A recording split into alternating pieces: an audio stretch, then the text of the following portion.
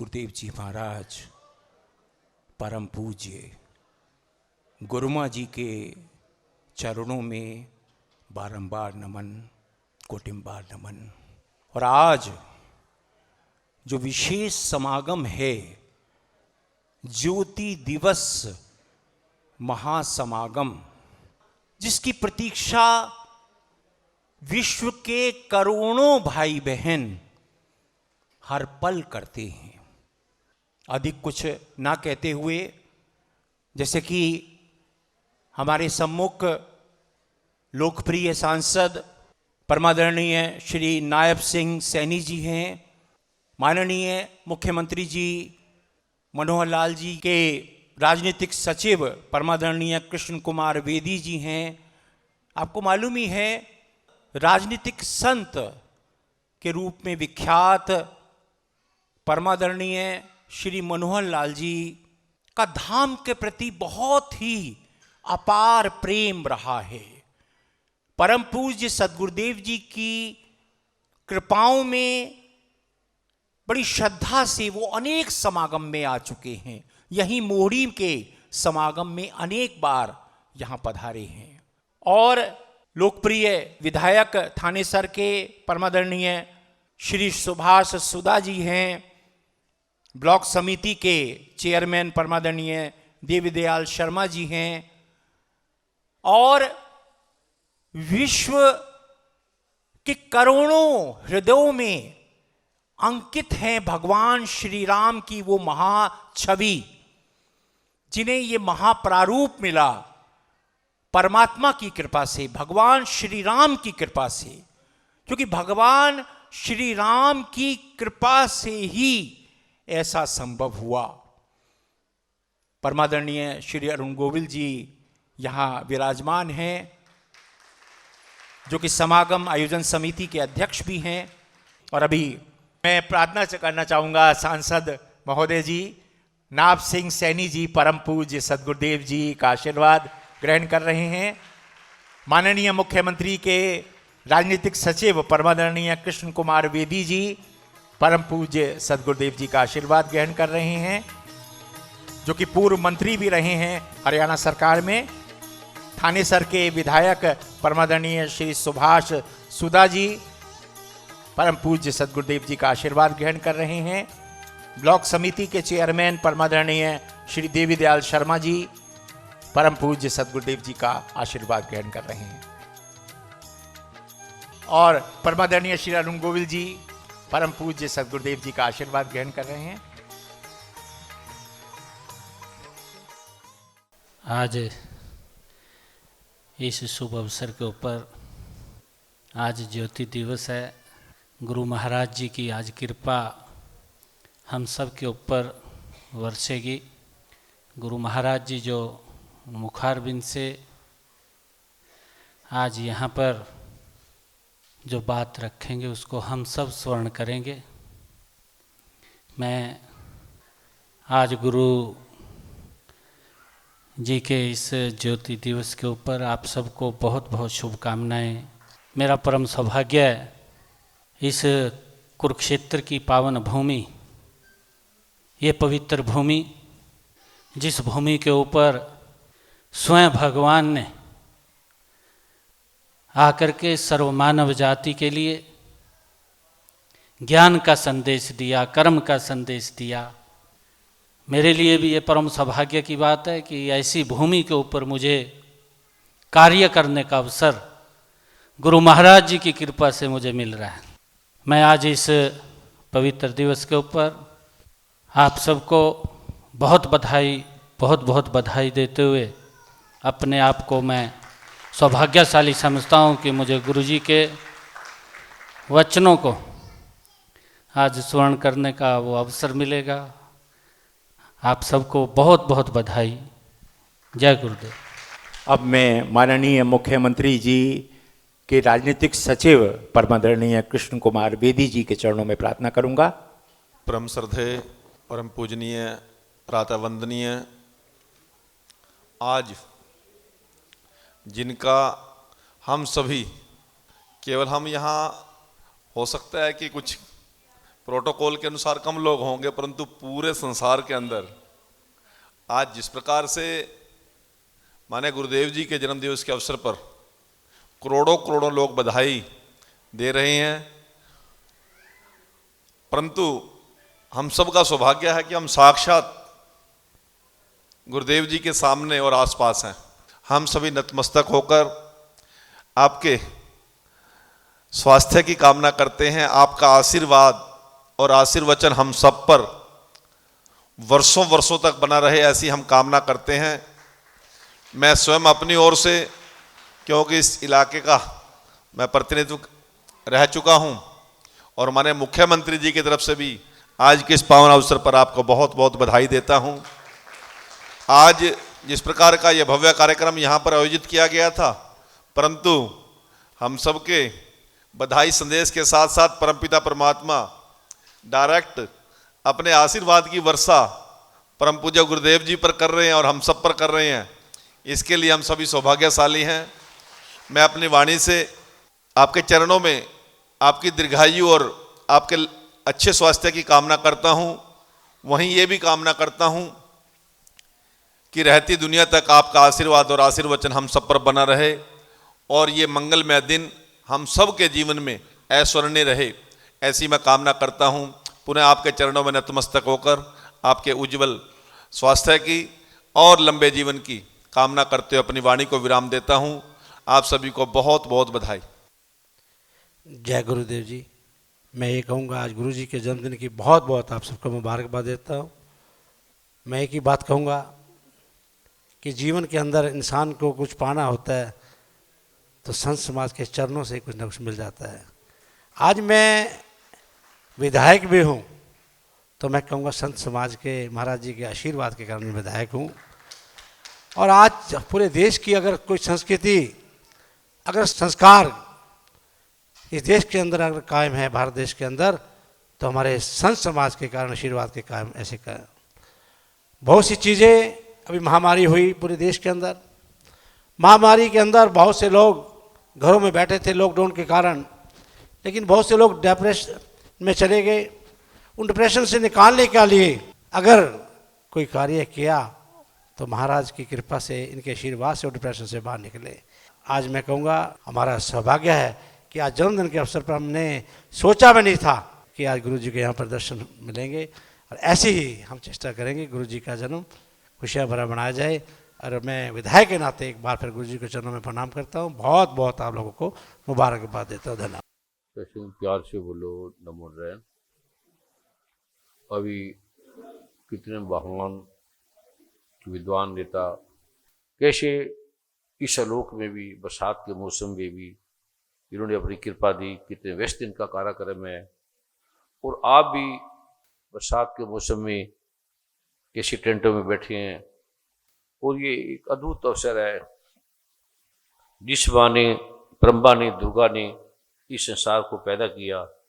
इस संसार की जो सबसे पहली पुस्तक है वो वेद है। वेद में माँ ब्रह्मा कहती है स्वयं कि मैंने ब्रह्मा विष्णु महेश को उत्पन्न किया, करोड़ों ब्रह्मा विष्णु महेशों को उत्पन्न किया। मैंने पृथ्वियों को, अग्नि को, जल को, वायु को, आकाश को पैदा किया, उत्पन्न किया। और मैंने वायु, अग्नि, जल, आकाश को पैदा किया। और मैंने मन, बुद्धि को उत्पन्न किया, अहंकार को उत्पन्न किया। इस संसार में ऐसा कोई भी ग्रंथ नहीं है जो ये कहे कि मैंने पृथ्वी को पैदा किया। कोई गुरु नहीं है, कोई महात्मा नहीं है, कोई ऋषि नहीं है। किसी भी धर्म में ऐसा नहीं लिखा हुआ कि किसी ने कहा ये मैंने पैदा किया, ये इस चीज को मैंने उत्पन्न किया। ब्रह्मा विष्णु महेश को मैंने पैदा किया, सभी पुरुषों को, स्त्रियों को मैंने पैदा किया। तो उस माँ ने, जिसका ये पाठ है, जिसमें स्पष्ट लिखा है जो इस पाठ को करेगा उसकी हर समस्या का समाधान होगी। और आप करोड़ों नहीं, अरबों भाई बहन हैं जो इसका पाठ कर रहे हैं। और इस आलोक में कितनी सुंदरता से इस आलोक को हम कर रहे हैं। और कितने भाई बहन किस किस स्थान से आए हैं इस बरसात के मौसम में। बरसात तो यहाँ हर मौसम में होती है, आप देखते हैं। और कैसे बरसात में भी लोगों के रोग दूर हो गए, कष्ट दूर हो गए। ऐसे ऐसे रोग जो जाते नहीं थे वो इस ठंड में बरसात में ठीक हो जाते हैं, ऐसे माँ की कृपा है। और ऋषि मुनि जो तपस्या करते हैं धूप में, बरसात में, गर्मी में, कभी गुफाओं में गए, हम जाते थे, भगवान वशिष्ठ गुफा, भगवान राम गुफा, लक्ष्मण भरत सबकी गुफाएं थी। तो ऐसे ऐसे ऋषि आज भी वहां बैठते हैं। खाने को भी कन भर भी नहीं मिलता, और उनकी तपस्या देखो, ठंड में बैठे हैं। भगवान शिव को देखो, कैलाश में जो आदमी 5 मिनट रुक नहीं सकता, बैठ नहीं सकता 5 मिनट भी, हाथ गैंग्रीन हो जाएगा, वो कितने समय से कैलाश में बैठे हैं। आप कैलाश कभी जाओ, इस मौसम में तो जा ही नहीं सकते। जिस मौसम में जा सकते हैं वहां भी हम बैठ नहीं सकते, जा नहीं सकते।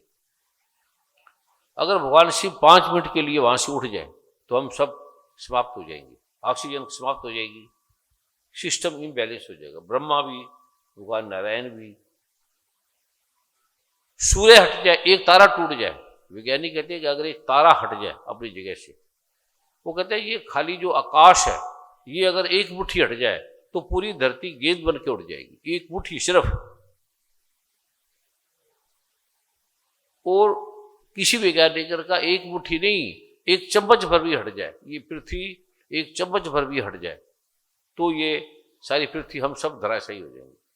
और कैसे सिस्टम बनाया, कितने समय से बना, किस पे टिकी है, कितना कितना भार है पृथ्वी का, और जिस पे हम बैठे हैं सारे, किसी को पता भी नहीं लगता कि हमारा भार भी किसी ने उठाया। तो ये माँ ब्रह्मा जिसने ये सड़क दिया, उसी ने कहा ये मैंने बनाया है। तो पहले मैं सोचा था ये माँ ने कैसे बनाया है, मतलब ये कोई मिस्त्री थे, कौन सी इंटीरियर थे, डिजाइनर थे, सूर्य को बनाया, कैसे संभव है। फिर मैंने किसी साधु को बोला कि मैं सूर्य अगर बनाया है तो ऐसे कुछ और भी 1-2 बना दो। कहते 1-2, फिर उन्होंने बोला वेद पढ़ो, वेद लाए। कहते 1 मिनट में करोड़ों सूर्य बना रही है, 1 मिनट में करोड़ों, और बनते आ रहे हैं। मैं कहा सर है, फिर मैं कहा हमें क्या पता लगे ये बना रही है, क्या पता। उसने फिर नेट खोला और उसमें वो डाला, उसने आकाश गंगा का दिखाया, सूर्य को बनते हुए दिखाया, वायुमंडल को दिखाया, और तारा मंडल कैसे कैसे बनता है, शरीर रह गया। फिर विज्ञान इसको मानता है, कोई ऐसी चीज नहीं जगत में जो किसी के बनाए बिना ना बनती, ऐसी कोई चीज नहीं। पेड़ है, हमारा बच्चा है, हम हैं, मेज है, जो भी हमें चीज दिख रही है वो बिना किसी बनाने वाले के बनती नहीं है। तो जो हमें नहीं समझ आता हम कहते हैं कि अपने आप बन गया। पेड़ भी है तो किसी कोई बीज होगा, गिर गया होगा, बीज को किसी ने बनाया होगा, किसी उत्पन्न हुआ होगा। तो वैज्ञानिक की समझ में वो आते ही नहीं जो उनकी समझ में ना आए, और जो माइक्रोस्कोप में ना आए। ये माँ परा है, माँ ने कहा है कि जो अपरा है, पृथ्वी अग्नि जल वायु आकाश ही अपरा है, जड़ है, नाशवान है। गीता में भी कृष्ण भगवान ने 7वें अध्याय के 4-5वें श्लोक ने कहा है। और परा क्या है उसके रहस्य को तो हम जान ही नहीं सकते, अपरा को भी हम नहीं जान सकते, लेकिन जो परा क्या है, अभी परा को जाना नहीं हमने, खाली परा का पाठ कर रहे हैं। ये जो दुर्गा सप्तशती है, गणपति भगवान की है, गीता है, वेद है, शास्त्र है, ये भी भगवान नहीं है। भगवान क्या होगा, इसके एक पाठ करने से हम ठीक हो जाते हैं, हमारी प्रॉब्लम दूर हो जाती है। हर समस्या का समाधान केवल एक भगवान शिव ने कहा कि नाड़ी दोष को छोड़कर हर समस्या का समाधान है, हर समस्या का। कई नहीं मानते थे, उन्हें आश्चर्य हो गया। साउथ इंडिया में जो बड़े बड़े बुजुर्ग हैं वो मानते थे, और वेद में लिखे है, भगवान शिव ने कहा, ग्रंथों में कहा। जैसे हम किसी चीज को ना माने तो ना मानने का मतलब है कि वो नहीं है। जैसे हम कीटाणु को नहीं मानते थे, लेकिन जब पता लगे तो कीटाणु है, जब हम मानने लगे। आने से पहले साल पहले आपको कहा था मैंने पढ़ के कि ये अब आगे युद्ध ऐसे होगा, बड़ा खतरनाक युद्ध होगा। और कितना खतरनाक है, सभी धराशायी रहेगी। बड़े बड़े वैज्ञानिक हैं, डॉक्टर हैं, हॉस्पिटल हैं, अमेरिका कनाडा जैसे बड़े बड़े देश भी गरीबी के कगार पे पहुंच गए, मृत्यु के कगार पे पहुंच गए, समाप्त हो गए। माँ ने खुद बोला कि मैं संसार को पैदा करने वाली हूँ, कीटाणु जीवाणु को मैंने पैदा किया है, पृथ्वी अग्नि जल को मैंने पैदा किया, मैंने हटा भी सकती हूँ। उन्होंने लिखा कि ये इससे से हटेगा। तो फिर ग्रटक राशि में कुछ वैज्ञानिक आए थे, उनको मैंने दिखाया कि ये रोग है, ये बीमारी है और इससे हट रही है। वो भी माने उन्होंने, इसका किया। कितने भाई बहन है जो कितने कितने संख्या में ठीक हो गए। और प्रभु की कृपा की जो आलोक है उन्होंने स्पष्ट लिखा है और हम उसको मान रहे हैं और हमें पता लग रहा है प्रत्यक्ष ठीक हो रहा है। कृष्ण भगवान ने गीता में कहा स्वयं कि जो मुझे देवकी का पुत्र मानेगा, शरीर मानेगा, वो बूढ़ है, वो मूर्ख है। बूढ़ का मतलब है कि उसमें बिल्कुल ही समझदारी है ही नहीं, तभी हम दुख में। हमारा जो भी कार्यक्रम है वो अपरा का है। जब भगवान ने कह दिया, जैसे हमारे पास कोई चीज है, मान लो कि ये टिश्यू पेपर है, टिश्यू पेपर भी जिसमें हमने लैट्रिन साफ की है, ऐसा मान लो, इसको निकृष्ट बोला जाएगा, इसको कुछ नहीं करेंगे। तो भगवान ने गीता में सब लिखा है 7वें अध्याय के 4-5वें श्लोक में कि मेरी 8 प्रकार की सबसे घटिया चीज मैंने बनाई है। 8 प्रकार की, पृथ्वी, अग्नि, आग, जल, वायु और आकाश, खाली जगह आकाश, और हमारा मन, बुद्धि और अहंकार। ये इस संसार की मैंने सबसे घटिया चीज बनाई है और ये निकृष्ट है, ये जड़ है, ये बोलती नहीं। आकाश कुछ बोलता नहीं, पृथ्वी बोलती नहीं, वायु बोलती नहीं। हमारा शरीर उस 5 तत्वों का तो भरे है ना। हमारा सारा अहंकार अपरा का है, हमारा मन बोल रहा है, मन से सुन रहे हैं और बोल रहे हैं। हमारे सारे युद्ध अपरा के हैं, परा तक हम पहुंचे नहीं। परा क्या है? तो ये जो पाठ है ये भगवान की पराशक्ति है। तो परा को जानना हमारा ये आने का उद्देश्य कि हमें परा को जाने। परा क्या है, कैसे इसे जाना जा सकता है, कैसे ये किया जा सकता है। भगवान राम है क्या, भगवान कृष्ण है क्या। अभी कार में बैठा था तो काशी के बड़े विद्वान थे, अचानक किसी का फोन आया कि गोस्वामी तुलसीदास जी ने कहा था कि उनको भगवान राम के दर्शन हुए थे। गोस्वामी तुलसीदास भगवान राम के भक्त नहीं थे, वो हनुमान की पूजा करते थे, हनुमान के दास थे। उन्होंने हनुमान को कहा तो उन्होंने राम के दर्शन कराए। तो मुझे कह लगे कि आप राम के दर्शन करा सकते हैं। तो मैं कहा गोस्वामी तुलसीदास को कितने समय लगे, पहले ये देखो। दूसरा काम बताया, अपने घर में नहीं बताया। तुम अगर ये जानना चाहते हो तो जरूर जान सकते हो, क्योंकि वो भी लिखा है रामायण में, वो भी लिखा है कि कैसे जान सकते हो। दुर्गा माँ ने लिखा है ना कि मुझे कैसे जान सकते हो। गीता में लिखा है, भगवान श्री कृष्ण ने अर्जुन को बताया कि तत्विधि प्राणिपातेन परिपश्येन शिव्या उपदेश चंतिते ज्ञानम ज्ञानी दर्शना। तू किसी तत्ववेता से मुझे जान सकता है। तो दुर्गा को कैसे जान सकते हैं, राम को कैसे जान सकते हैं। एक ने और फोन किया, कहते मैं भगवान राम के साथ भरत शत्रुघ्न सीता भी हनुमान जी के भी दर्शन करना चाहता हूँ, क्या कर सकता हूँ। तो मैं क्या, वो लिखा हो इसमें कर सकते आप, जैसे जैसे लिखे आप कर लो। कहते कैसे करेंगे। कब जैसे दुर्गा शक्ति आप करते थे कोई लाभ नहीं होता था। हर चीज को उत्कीर्ण मंत्र है, निष्कीलन है, शापोद्वार है। गीता के भी शापोद्वार है, हमारे मोबाइल के, हमारे घर के लाक है, चाबी है, ताले हैं। उत्कीलन निष्कीलन कर लो, आप उस तरह से कर सकते हो। वो स्थान भी होना चाहिए, उस स्थान पे भी बैठना है जहाँ भगवान राम गए। वैज्ञानिक ये मानते हैं हम जहाँ बैठे हैं तो ये हटता नहीं है, सदा रहेगा, मिटता नहीं है ये। जहाँ जहाँ भगवान गए, बड़े ऋषि ने किए। गीता प्रेस गोरखपुर के जयदयाल गोविंद का हनुमान प्रसाद को उधार जिन्होंने इतना लगाया। पूर्व में एक ऋषि आते थे ओंकारनाथ ठाकुर, उन्होंने स्वयं किए भगवान राम के दर्शन। किस प्रकार से किए आप इसे कर सकते हो, आराम से कर सकते हो, जब आपने अपनी प्रा को जान लिया। अभी तो हमें पता ही नहीं हमारी आत्मा क्या है, परमात्मा क्या, पता ही नहीं किसी को। हमारे हाथ का हमें पता है, नाक का पता है, पैरों का पता है, ये हमारे हैं। हम हाथ पैर नहीं है, हम शरीर नहीं है। हम है क्या, इस जानने का नाम जन्मदिन मनाया गया। इसको होते हैं द्विज, ये ब्राह्मण हो गए। दूसरे हमने अपने को जाना। अब ये शरीर हम नहीं है, हमारा है। जैसे हमारे वस्त्र है, हम वस्त्र नहीं है, शरीर हमारा शरीर है, हमारी पत्नी है, हमारा पति है, हमारा घर है, हम नहीं है। तो जब आप हमको जानोगे हम क्या है, उस समय आदमी का जन्म होता है। उसे कहते हैं द्विज। भी ये शरीर से हटके उसने अपने आप को जाना, इसीलिए हम इस संसार में हैं केवल। बस हमारा जन्म का उद्देश्य ही उसको जानना है, और हमारे जीवन का कोई उद्देश्य नहीं। शरीर आते हैं, करोड़ों आए, करोड़ों चले गए। राम गयो रावण गयो, जाको बहु परिवार, कह नानक कुछ स्थिर नहीं, सपने जो संसार चला जाता है। और वो जाता नहीं परा, ये जो आपको पाठ से हम ठीक हो रहे हैं, पराश से ठीक हो रहे हैं, उसका रहस्य कल हम आपको बताएंगे। पर ऐसे कैसे दुख हटते हैं। अभी खाली उसका हम नाम लेते हैं, नाम भी थोड़ा सा हल्का सा नाम लेते हैं। ये जो पाठ है उत्कीर्ण निश्चिंत कैसे खुलते हैं, जैसे दरवाजा खुलता है, वो खुलने का नाम जन्मदिन है जो हम बना रहे हैं। ये तो श्री नाशवानी इसका जन्मदिन बना रहे हैं हम, ऐसे करते हैं नकल। ये कोई अच्छी बात नहीं है।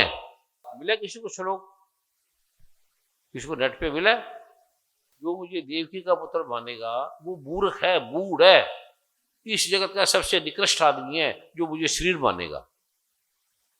परमात्मा भगवान कृष्ण बोला है, और अपने आप को भी जो शरीर मानेगा, ये बहुत जरूरी समझना है। अगर आप ये समझ गए तो सारी गीता समझ गई। ये भगवान कहते हैं बाकी बेकार की चीज है, ये काम की चीज आप दिखे नहीं। गुरुदेव जो निकला है उसमें लिखा है, उसकी हिंदी है, अर्थात एक ही शास्त्र है जो देवकी पुत्र भगवान ने श्रीमुख से गायन किया। गीता एक ही प्राप्त करने योग्य देव है। उस गायन में जो सत्य बताया, आत्मा सिवाय आत्मा के कुछ भी शाश्वत नहीं है। कौन से रहेगा ये तो दूसरे रह का होगा। गुरुदेव वो नहीं निकला जो जरूर होगा, वो इसमें निकला। कल पूछ लेना, नेट से देख लेना बार बार, ठीक है। इस संसार में ये सबसे महत्वपूर्ण चीज है, जिसने ये नहीं पढ़ा नहीं समझा, कल फिर मैं समझाऊंगा। और फिर हम आपको राम के दर्शन भी कराएंगे, राम के, सीता के। भगवान राम सबसे ज्यादा समय कहाँ रहे थे वर्मा जी? भगवान जब वनवास में गए थे माँ सीता के साथ, तो सबसे ज्यादा कहाँ रहे थे? गुरुदेव जो शास्त्रों में मिलता है वो पंचवटी, तो वो सबसे अद्भुत स्थान है। बड़े बड़े ऋषि मुनि अभी तपस्या कर रहे हैं वहां, तो वहां फिर हम चलेंगे। बड़े बड़े महान ऋषि वहां चुप तपस्या कर रहे हैं, वहां भगवान राम के दर्शन एकदम जल्दी होती है, ठीक है। और ये दुर्गा सप्तमी इसमें लिखा है, भयंकर कीटाणु, वायरल, चेचक, ये सारे बकरी, कोड, और स्थावर, स्थावर कहते हैं जमीन पे चलने वाले, जंगम कहते हैं पूरे चराचर जगत में, जहरीले कीटाणु सभी प्रकार के इस पाठ से दूर होते हैं, उनका कोई असर नहीं होता। और जितने भी भयंकर से भयंकर कीटाणु इस पाठ को करते हुए देख के भाग जाते हैं। और आपको दिखाएंगे कि वायरल है, आपने पाठ किया तो पाठ देखते वो भाग गए, आपको दिखेंगे माइक्रोस्कोप से, आपको छुएंगे, आए नहीं तो काटेंगे नहीं, शून्य हो जाएंगे। आप वो छिड़कती हो ना सैनिटाइजर, उसका असर होता है, लेकिन जो आपको यहाँ दी जाती है ना अभिमंत्रित औषधि, ऐसे उसकी धुनी दे दो और फिर देख लो उड़ जाएंगे। फिर वो वहाँ 1-2 मिनट तक आएगी नहीं। ये दुनिया की पहली औषधि आई है, ये भगवान शिव ने उसमें लिखी हुई। इसका प्रयोग किया करो, सैनिटाइज भी करो। सबसे ज्यादा जो कीटाणु आते हैं हम सिर को धोते नहीं, हाथों को तो धोएंगे, बहुत अच्छी बात है, लेकिन सिर को नहीं धोते। इसलिए जो डैंड्रफ फल है वो आप हफ्ते में 1 बार जरूर यूज करो। आप तो डॉक्टर हो, डर्मेटोलॉजिस्ट, MD हैं, और उनको जो बीमारी है वो जाती नहीं, आप उसके डॉक्टर हैं। कितने सालों से था? लगभग 24-25 सालों से बीमारी जा ही नहीं रही, दुनिया के डॉक्टर थक गए। एक बार आए, उसके बाद हुई फिर ना जी, फिर ठीक है, खत्म होगी। वो बार देना था उसने। और WHO कहते हैं कि सारी बीमारी डैंड्रफ से हो रही है, सारी। ऐसी दवाई है दुनिया में जो आपको क्या बीमारी होगी थी डैंड्रफ से, क्या हो गया था? Seborrhoeic dermatitis. ये कभी ठीक हुआ है? नहीं, ये किसी का नहीं हुआ। वो कितने लोगों का ठीक हो गया? इससे तो गुरुदेव कई भाई बहन आते हैं, सोरियासिस भी कुछ भाई बहनों की ठीक होगी। और आगे जो कोरोना आने वाला है वो बड़ा खतरनाक है। जितनी दवाई खाओगे और बढ़ेगा, जितनी खाओगे और बढ़ेगा। अब खांसी की दवाई लेते हैं ना, एंटीबायोटिक लेते हैं ना, हाँ जी, एंटी एलर्जी लेती हो ना, हाँ जी, हाँ जी। जितनी लोगे ज्यादा होगी। अब जब ये बात कह रही है 45 नंबर पेज में, मैं परमात्मा हूं, मुझसे सारी प्रकृति है अप्रकृति पैदा हुई है, मैं वेद हूं, मैं ऊपर नीचे अगल बगल आस पास हूं तुम्हारे, और सब जानती हूँ, सब देखती हूँ। हमें पता नहीं लगता, कोई कीटाणु नहीं आएगा जमीन पे रहने वाले, पतार पे रहने वाले। तो ये अगर करोगे तो मैं खांसी जुकाम भी नहीं होगा। बीमारी भी नहीं होगी, कुछ नहीं होगी, दवाई नहीं खानी पड़ेगी, कोरोना तो तुम्हें प्रणाम करके चला जाएगा, इसमें लिखा है। अभी मैं आपको दे रहा हूँ, बाकी कल दूंगा। परम पूज्य सदगुरुदेव जी, आपके चरणों में एक प्रार्थना है, हम्म। अगर आपकी आज्ञा हो तो एक विशेष प्रसाद आपकी कृपा के लिए तैयार किया है। फिर अगर क्या करना है? ले आए, अगर आपकी आज्ञा हो तो आपके चरणों ले आइए, ऊपर ले आइए। ज्योति दिवस है, ज्योति दिवस है, ज्योति दिवस है, ज्योति दिवस है, सतगुरु जी का प्रकट दिवस है, सतगुरु जी का प्रकट दिवस है, ज्योति दिवस है जी, ज्योति दिवस है, ज्योति दिवस है जी, ज्योति दिवस है। भगवान ने लिखा है वेद में, भगवान राम ने कहा है, वशिष्ठ ने कहा है, ब्रह्मा ने कहा है, शिव ने कहा है, वेद कतेव कहो मत झूठा, झूठा सोचो ना विचारे, महापाप है। वेदों की ग्रंथों को ना मानना महापाप है। तो उसने लिख दिया ये ना करो, ये पाठ करो, तो क्यों नहीं करते? 3 संध्या पाठ में क्या प्रॉब्लम है? उस 3 संध्या पाठ से क्या होगा? छोटा सा पाठ है, स्त्रियों में सुख मिलेगा, पुरुषों को सुख मिलेगा, वो इस पाठ का फल है। और ऐश्वर्य मिलेगा तुम्हें, सारे ऐश्वर्य, सौभाग्य होगा, आरोग्य होगा, अथाह संपत्ति आएगी, शत्रु नाश होगा, मोक्ष मिलेगा, हर चीजें मिलेगी। इतना सा पाठ है, तुम क्यों नहीं करते? 15 मिनट का, आधा घंटे का पाठ क्यों नहीं करते? तो इसमें क्या प्रॉब्लम है? जिसने ब्रह्मा विष्णु महेश को पैदा किया, दुनिया को पैदा किया, वो पाठ नहीं करते। जब सतगुरु नानक कहते हैं नानक दुखिया सब संसार, ये शरीर ही नाशवान है, तो इसके लिए क्या पड़े रहते हो? शरीर इसे जाने वाला है। ये पाठ करोगे तो ये शरीर आपको सुख देगा, जन कल्याण करोगे, निष्काम भाव से करोगे तो ये आपकी जिंदगी में काम आएगा। अब सोचो मेरी इनकम कैसे हो, घर कैसे हो, ये तो दुर्गा माँ आपको बना ही देगी, इतना देगी आप रख नहीं पाएंगे, इतना धन देगी आपसे उठाया नहीं जाएगा। एक बार करको तो देखो, पाठ से बढ़कर कोई ना था न होगा, ये शिव जी भगवान कह रहे हैं। जो भी मैं आपको बीज मंत्र दे रहा हूँ, पाठ दे रहा हूँ, वो भगवान के है, भगवान का नाम लेना है, भगवान का जपना है, भगवान के पाठ है। आगे जो कोरोना आएगा बचेगा ही नहीं कोई आदमी। आपको पहले बोल दिया था ये ऐसे आएगा, तो ये कर लो। और आश्चर्य की बात है, धाम के जो सेवादार है, जो पाठ करते हैं, करोड़ों में से कोई आदमी बीमार नहीं हुआ। आप चाहे कोरोना वालों की सेवा करना, आपको कोरोना पकड़ेगा नहीं। कोरोना के अंदर घुस जाना तो भी आपसे कोरोना प्रेम करेगा। ये कह रही है सिनेमा, इसमें साफ तो कह रही है, कहते हैं वो आपको देखते भाग जाएंगे, देखते भाग जाएंगे पाठ करने वाले को मजाक है किसी ग्रंथ में लिखना। कहते हैं यदि अपने शरीर का भला चाहो तो पाठ करे बिना घर से ना निकलो। तीनों लोगों में इसके समान कोई नहीं है। आपके सारे काम होंगे, 100 से अधिक वर्षों तक वो जिएगा जो पाठ करेगा। काल मृत्यु नहीं होगी, अग्नि नहीं से जलेगा, जल में नहीं डूबेगा, बिजली से नहीं होगा, सर्प से नहीं काटेगा, कुछ नहीं, ये होगा नहीं। से 100 वर्षों से अधिक जिएगा, उसकी संतान परंपरा बनी रहेगी। मकड़ी चेचक कोड़, उसकी सारी व्याधि नष्ट हो जाएगी। बुद्ध भगवान कहते हैं कि सुई की नोक से हाथी निकल जाएगा, रेत से घी निकल जाएगा, आकाश से नोटों की बरसात हो जाएगी, पर इस जगत में दुख है या कोई सुखी नहीं हो सकता। सुखी केवल पाठ से हो सकता है। बुद्ध 12 साल तपस्या करते रहे, गिर गए, रंजना नदी में उठे नहीं। फिर एक लड़की थी सुजाता, उसका नाम, उसे बोला तो क्या तपस्या कर रहे हो? उठा जा रही रहा, नदी से निकल ही रहा। तो क्या करेगा बेटा? तपस्या की। तपस्या करके तूने क्या पा लिया भैया? तू नदी से तो निकल नहीं पा रहा, तपस्या करके क्या बन गया तुम? फिर उसने बोला तारा देवी का पाठ कर। फिर उसको समझ आया। जितना लड़की को देखते हो, लड़कों को देखते हो, थोड़ी देर दुर्गा माता को भी देख लो, जो ब्रह्मा विष्णु महेश को पैदा करती है, राम को पैदा करती है, कृष्ण को पैदा करती है, धरती को पैदा करती है। कोई है ऐसा किताब, कोई ऐसा ग्रंथ तुम्हें दिखा है? कोई है तो मुझे लाओ। कोई भी ग्रंथ हो दुनिया का, कोई संसार में कोई ग्रंथ नहीं है। बेकार के चक्कर में पड़ जाते हो। कौन सुखी है ही नहीं, हो ही नहीं सकता। न था न होगा। मैंने ब्रह्मा विष्णु महेश को पैदा किया, मैं परमात्मा हूं, मैं परमात्माओं की परमात्मा हूं। ये सारा जो दिख रहा है वो मैंने उत्पन्न किया है। मैं अनंत, जो तुम्हें खुशी आ रही है वो मैं हूं, मैं देती हूं। मैं विज्ञान और विज्ञान हूं, अवश्य जाने योग्य ब्रह्म वो मैं ही हूं, मुझे जाने तुम आयो।